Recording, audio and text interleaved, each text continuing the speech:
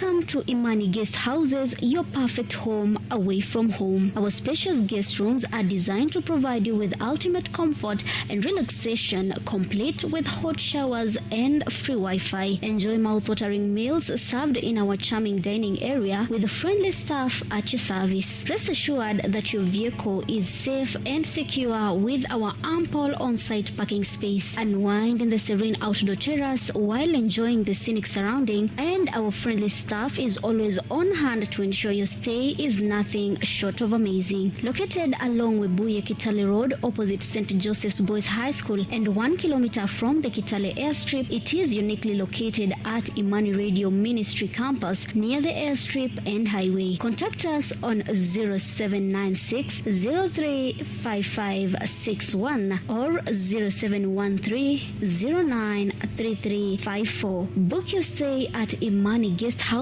today and experience the ultimate comfort and relaxation in this beautiful region.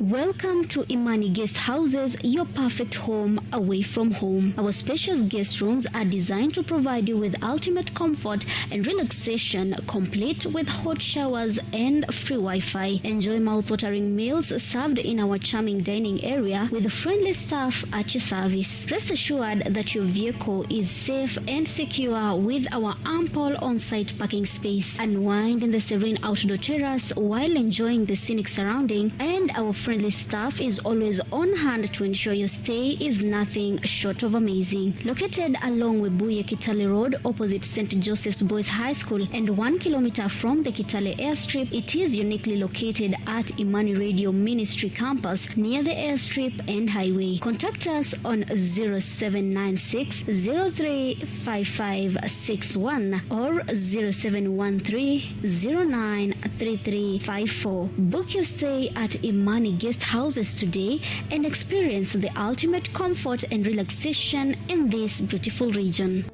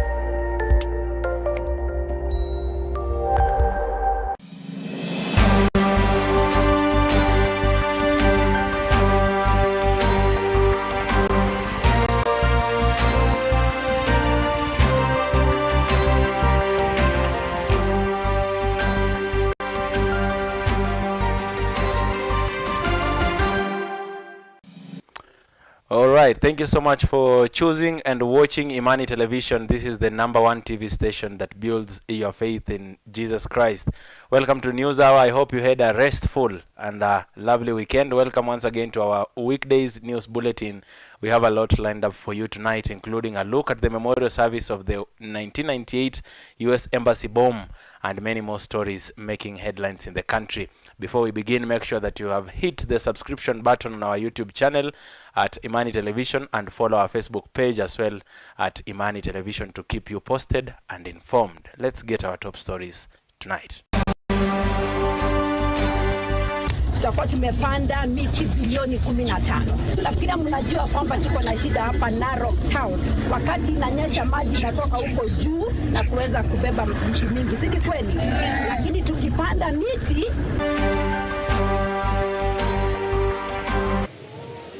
there will also be the board of the Memorial Park.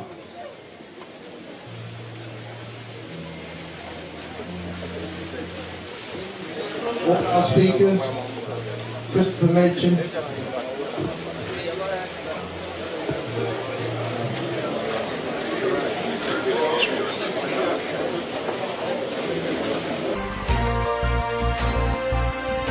By what we've seen so far at 70 megawatts, you'll appreciate that is quite significant. A well like that took about 80 days to drill. So if we continue at the same pace, the same success, we should be at 100 plus megawatts before the end of this year. At the court, ilikuwa ina admit anyone as a creditor in the court. Takujiuliza walikuwa wanatumia criteria gani hiyo wakati kujua. Let us stop being headliners. Mazungumzo yakiwa ya kufanisha mambo ya amani, that is the only way we are going to have proper development bila upinzani wowote, na hiyo ndio mambo ambayo sisi kama viongozi we want to ask our leaders, please sit on the table. Jambo ambalo inatakiwa tufanye kama kina mama ni kujua kwamba nafasi yetu katika jamii ni zaidi ya kukua tu katika jikoni, na kwamba tuna uwezo wa kuweza kukua viongozi. The purpose of these digital laboratories is twofold. One, to empower our youth by way of digital literacy so that they acquire basic digital skills. But the second one, and most fundamental, is to create jobs for our youth. kuomba serikali kuu pia iongezee mjumbe wetu pesa, kwa sababu sisi West Pokot bado tuko nyuma kielimu, hata pia kujenga madarasa. We are still behind in education. Sasa ndio juzi tumesema kwamba kama tena talo imerudi, hii project imerudi, wakati tutapata itarudi, ndio sasa hiyo pesa iletiwe sisi. Hiyo pesa nataka ikuje kwa mfuko yetu. Hatutaki iende kwa county government.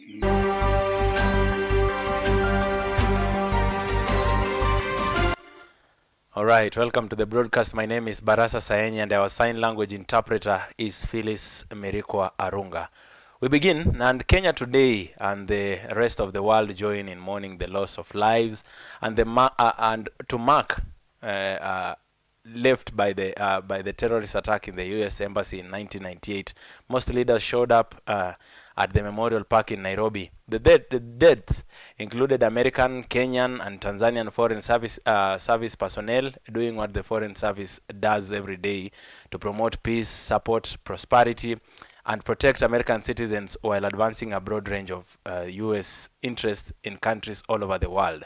25 years later, the trauma of that experience still haunts the survivors and the families of those who died or were injured during the bomb. Some still suffer from post-traumatic stress disorder.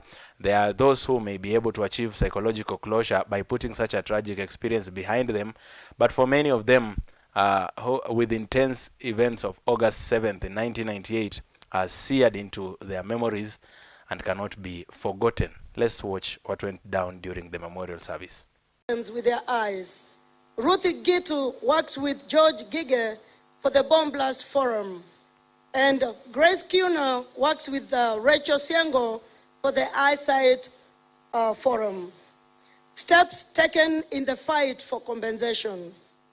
The consortium commenced on a journey to drum support for compensation by having prayers, lighting of candles, and laying of flowers on the grounds of the former U.S. Embassy building, which is now the Peace August 7th Memorial Park, where we are sitting today.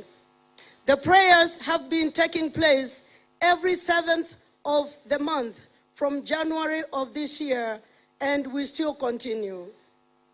The objectives of the prayer gathering were to bring together all the families and survivors of the deceased and all those who were affected by the tragedy.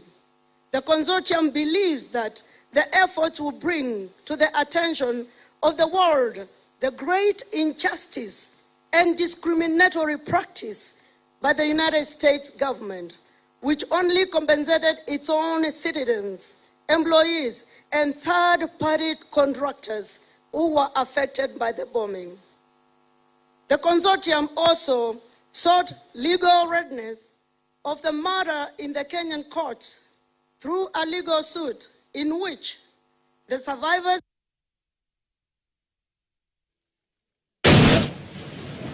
our violin, has he gone? Music is always a great accompaniment. Has Abba just left us?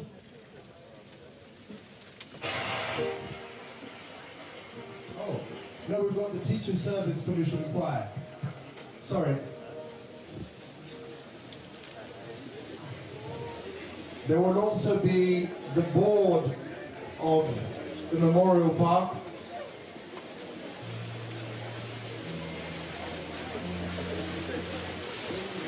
All our speakers, Christopher Machin.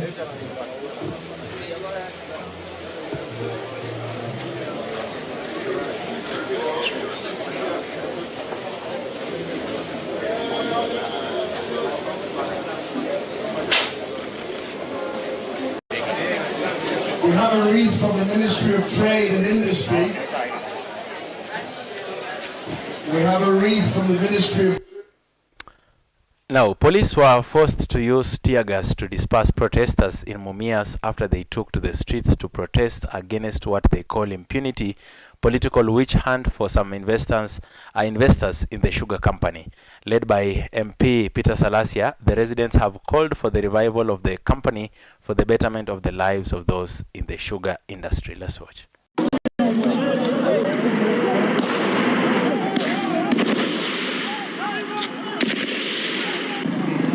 Wakati tulikuwa na West Kenya peke yake ikifanya kazi hapa, miwa zilikuwa zinaozea mashambani, miwa ilikuwa ina overmature kwa mashamba. But as we speak, since Rai came in aka take over, enda huku ndani utapata kwamba all Kenya is young. Sababu Sarai amefanya kazi. So if somebody is delivering, miwa imekatwa, nyukili inafanywa, kila wakati kesi, kila wakati court order, kesi, court order, alafu mnaanza afanyi kazi. Yet ukienda kuuliza wananchi, the people on the ground, they will tell you kwamba miwa inakatwa. Na imekuwa ikikatwa na nani? Sarai. Number 2, the price of ton ilipanda from 3,000 to 5,500 because of Sarai. Asingekuja, haingepanda. Number 4, kitu ya mahana katika Mumias ambayo sisi tunakusaliwa hapa ni kampuni yetu kufufuliwa. Ni kama kiongozi yoyote hataki Mumias Sugar Company itembee, tunaona kama tunaweza kumwacha kabisa.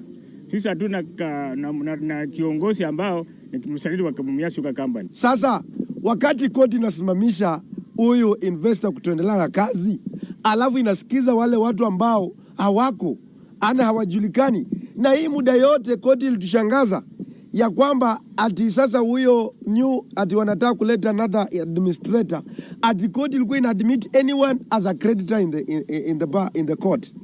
Nataka kujiuliza walikuwa wanatumia criteria gani hiyo wakati kujua hii inadai pesa ngapi? ICT Cabinet Secretary Elido Walo has assured the country that the government will continue with the digitization drive with an effort to create 1 million jobs to the Kenyan youth.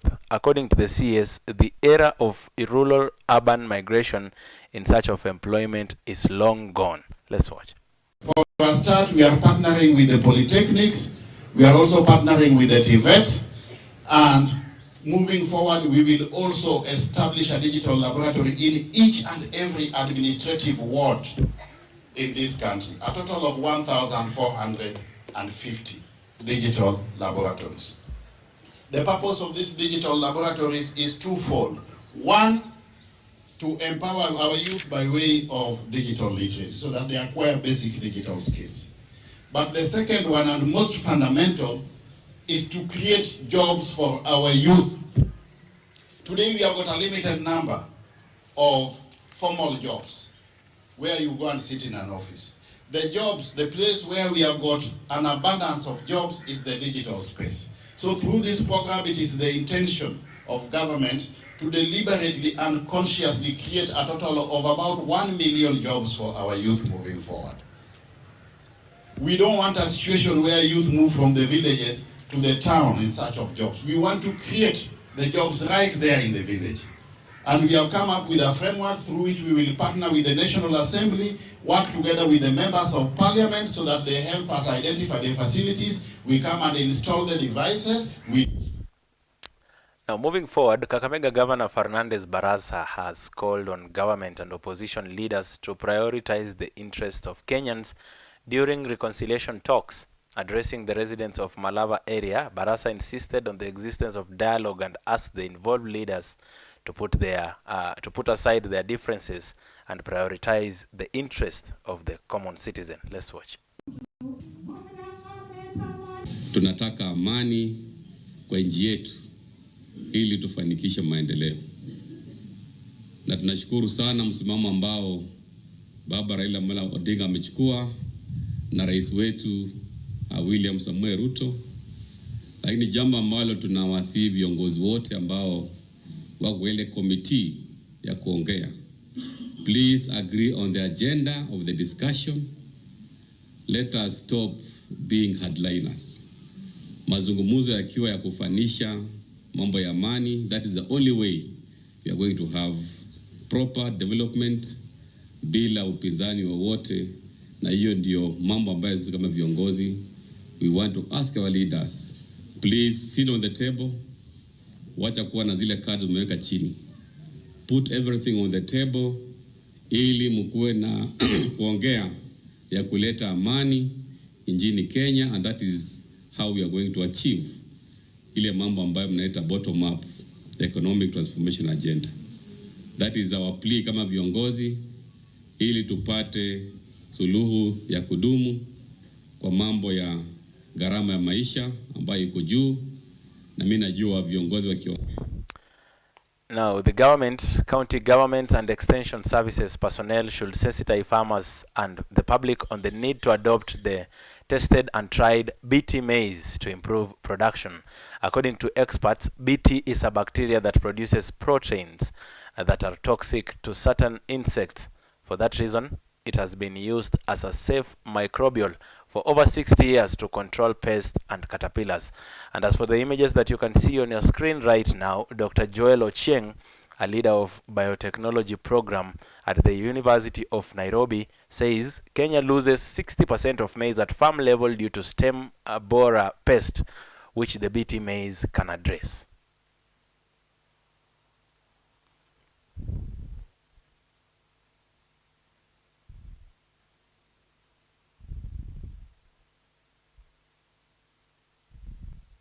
Transfer gene from a harmless soil bacterium that we call Bacillus thuringiensis, to transfer it into maize to confer that protection naturally, so that you don't have to spray. Because at the moment, Kenyans are using spray that, first of all, is not good for the environment, continuous spraying.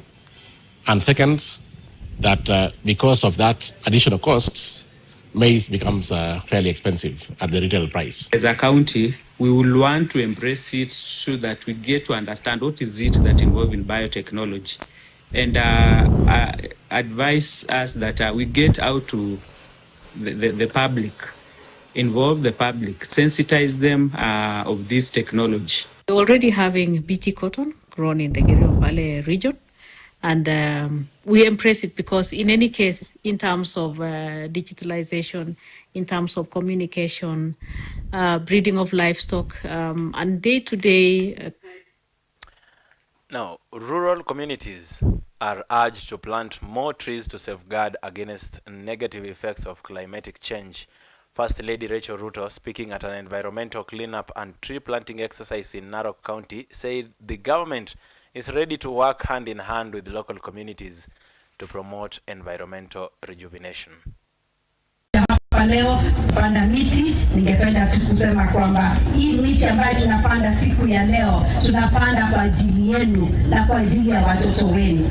Mnajua kwamba rais wetu amezindua mradi, amesema kwamba kufikia miaka 10 ambayo inakuja tutakuwa tumepanda miti bilioni 15. Nafikiri mnajua kwamba tuko na shida hapa Narok Town. Wakati inanyesha maji yanatoka huko juu na kuweza kubeba miti mingi, si kweli? Lakini tukipanda miti hiyo tatizo itakuwa tena. Tufanye vile rais wetu anatuambia. Tupande miti kwa kila shule. Na pia tusaidia wazazi wetu kupanda miti. With the anticipated operationalization of the new electricity transmission line from the Takwel hydropower generation plant, West Pokot and Trans Nzoia residents are poised to reap big in terms of power supply reliability. Energy and Petroleum Cabinet Secretary Davis Chirchir, while commissioning the delivery of a transformer at Ortum substation with a power supply capacity of 220 megawatts, said that the future of the country is pegged on power generation that is environmentally sustainable. Chirchir mentions that the new Takwel Ortum Kitale power transmission line will minimize power losses, noting that the North Rift region has for a long time been exposed to high power losses since power generated from the Takwel plant goes to west because of the long distance. Let's watch. We have so far drilled about 14 wells, and today we are at about 70 megawatts. We've just witnessed the opening of well number 8, or where we've just come from. And that well is discharging at an average of what would otherwise be 22 megawatts. You're talking about $5 million per well. So when you drill one and you get that capacity of 22 at 70 megawatts, you'll appreciate that is quite significant. A well like that took about 80 days to drill. So if we continue at the same pace, the same success, we should be at a levelized availability of 95%. And then so for us as a country, with the climate change issue, you know, we've come out of a very difficult drought condition in the last 4 years. And our hydrology, which no farms who want greening of their products, which will be hitting the market with a premium, because this climate change issue is a big challenge. And so as we continue investing and getting this kind of 20 water points along the pipeline as we supply the water to basically for injection and for drilling, for cooling. So the development of fields is risk capital. You can invest in infrastructure, water, and all that goes in, and you drill, and it is a dry. Now we move forward, and the shortage of teachers in the Mwala area of Machakos County has been caused by the failure to pay teachers their work-related allowances and provide adequate working conditions. Local leaders are voicing their concerns about certain schools having a ratio of 4 teachers serving multiple classes due to this situation. Vincent Musyoka, the Member of Parliament for Mwala, revealed that some schools which have 8 classrooms are operating with only 5 teachers. Additionally, there are schools that are currently lacking both a principal and a deputy principal. The scarcity of educators has been further worsened by the retirement of approximately 300 teachers from Machakos County. Let's watch. That is not to blame anybody as such, but it's something all of us we need to think about. Tukiendelea hivyo, hii mashule yatafungwa yote. Naenda shule unakuta ule mwalimu wako ni BOM teacher. Na sasa pengine kama nilikuwa naongea na Nguka juzi, wanapeleka check na mheshimiwa Kale kwa hiyo shule, wanapata hakuna TSC teacher. Sasa hii check wataachia BOM teacher. We have schools that are like 5 teachers in our old primary school. We have cases where even schools don't have head teachers, don't have deputy head teachers, some of them don't have principals, and it is a concern in the entire county. It's something that... Now, leaders from West Pokot County are urging the government to increase the allocation of funds to support education in pastoralist area. These leaders argue that many residents are struggling to afford school fees since the county allocation and constituency development fund fall short of meeting the needs of the large number of students in need of this assistance. Let's watch. Kuomba serikali kuu pia iongezee mjumbe wetu pesa, kwa sababu sisi West Pokot bado tuko nyuma kielimu. Hata pia kujenga madarasa, we are still behind in education. Kuona kwamba kuna mtoto atapaki nyumbani, nyinyi mlete majinao, tutazungumzia principals wetu hapa hivi. Badala ya kufukuza huyo mtoto, wacha watu wazungumze sisi. Tutatoa kidogo mpaka watoto wetu wasome, kwa sababu ni hawa ndio baraka yetu na ni hawa ndio watapeleka jina ya sehemu hii. Rescue centers nyingi ambazo zinatakana kujengwa. We are still very far in matters of education. Kenya ni hii, ni lazima tujisikie kwamba tuko pamoja. Wale ambao wanakuja sasa na kwanza kukoroka hapa na pale, hakuna room hiyo. Wacha niwaambie, sisi wengine tumekaa hapa kwa muda na tunaelewa mali hasara iko na mali hakutakuwa na hasara. Hebu uliza hao kina mama. Tuweze kusupport wanafunzi ili waweze kupita, waende university, wengine wapate degree kama mimi, wakuwa women.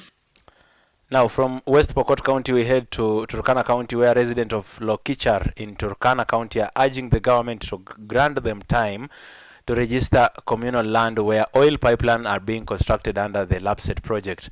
These residents are concerned that if they are required to receive compensation from the county government rather than the national government, they may end up with nothing. According to the law, the county government should be compensated for their on their behalf, as the communal land lacks individual land titles. Let's watch. Ni changamoto kubwa sana kwa sababu jamii ya mwanamke imebaki kugandamizwa, kwamba hawezi ongoza, kwa sababu pia wengi wetu hawajaelimika kwa sababu ya kunyimwa ile nafasi ya masomo. Kwa sababu hajasoma pia, ama mambo na clanism, bado hizo nyumba zinatuzuia sana. Jambo ambalo inatakiwa tufanye kama kina mama ni kujua kwamba nafasi yetu katika jamii ni zaidi ya kukua tu katika. All right, that's all we had for you for News Hour tonight. But before we leave, Imani Radio and TV Ministries would like to invite you to our night, or our Kesha night vigil that will be happening this Friday at 11th of August 2023 here at our Imani Radio and TV headquarters in Kitale. We invite all of you, our dear viewers, as well as Christians all over the nation, for our night vigil. The night vigil will begin at 8 and will end at 5 a.m. The main speaker will be Apostle Ben Atembesa from Gatua here in Kitale, and the theme will be spiritual warfare. So spare some time and join us this Friday on our night vigil. Keep watching Imani Television for more updates, spiritual awakening programs, and gospel music that uplifts your soul. Our program Health, Hygiene and Wellness is coming up after this bulletin, and we'll be speaking about sickle cell. My name is Barasa SAENYI, and on behalf of the whole News Hour production crew, Dennis Naibei, my director, and Shilo Jedida, my producer, we say thank you so much for watching. Our sign language interpreter is Phyllis Mirikwa Arunga. Have a good night.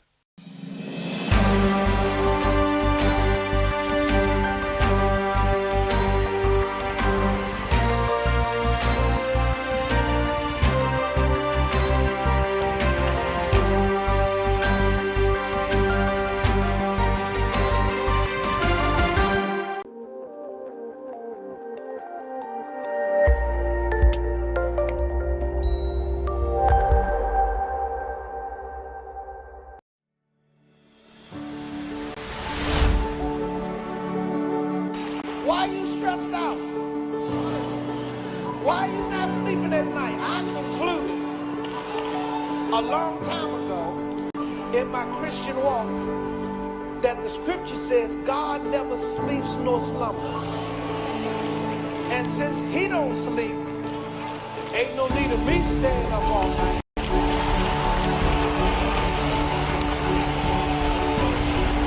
Somebody look at your neighbor and say, I'm going to go ahead to bed and see how God work it out. He might have it all fixed by the time I get up in the morning. I can't change it. I can't fix it. I can't turn it around. But the God that I serve sure can.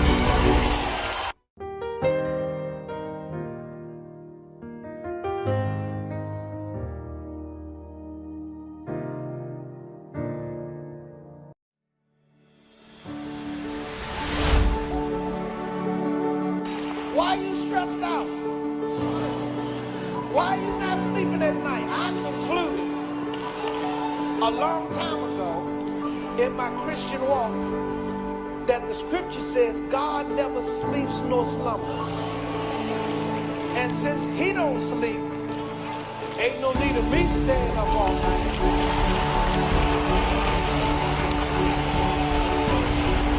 Somebody look at your neighbor and say, I'm gonna go ahead to bed and see how God gonna work it out.